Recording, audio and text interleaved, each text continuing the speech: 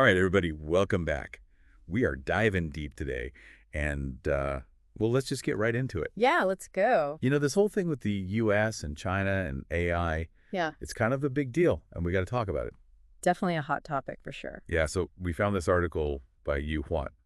Oh, yeah, I've read that one. Yeah, Yeah. and it's really fascinating because he's looking at this whole AI competition, like those old tech races. Right, like the space race back in the day or, the whole semiconductor thing. Exactly, and what's cool is that we're not going to get all political here. Yeah, we'll leave that to the other guys. Yeah, we're all about the strategy here. Exactly. Actionable insights for leaders. Right.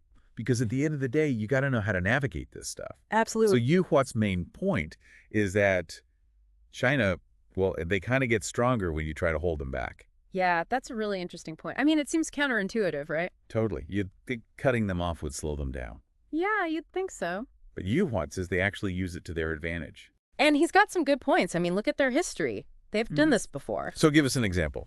Okay, so their aerospace program, when the West basically shut them out, they didn't just give up.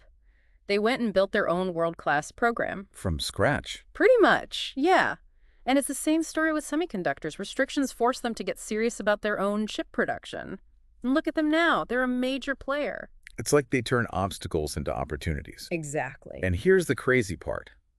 𝗂𝗏𝗏𝗧 says China's AI development is happening so fast that these restrictions are barely slowing them down. Yeah, it's mind-blowing. I mean, it's almost like they're playing a different game altogether. Right. Like they're on another level.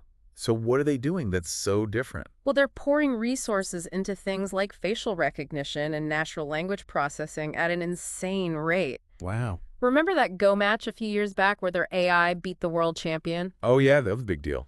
It was a wake-up call for a lot of people.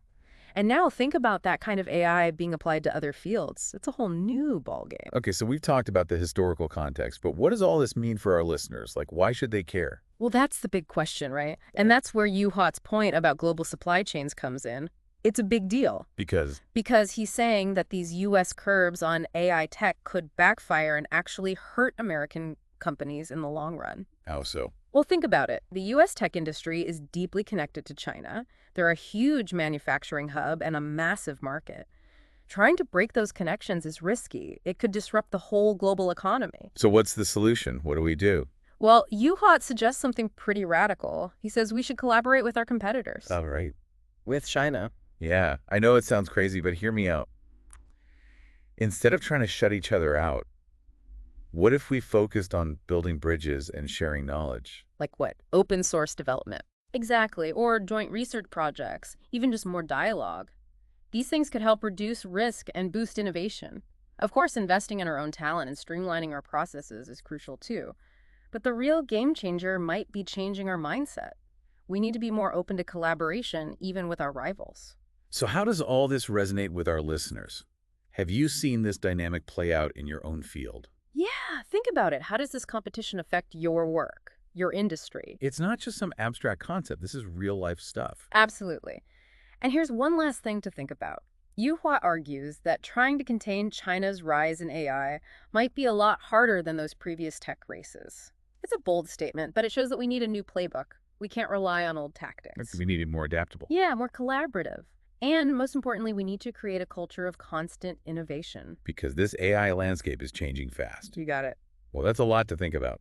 Thank you so much for joining us for this deep dive. Keep exploring this topic and share your thoughts. We're all in this together. Absolutely. Keep these conversations going. Until next time, everybody. See ya.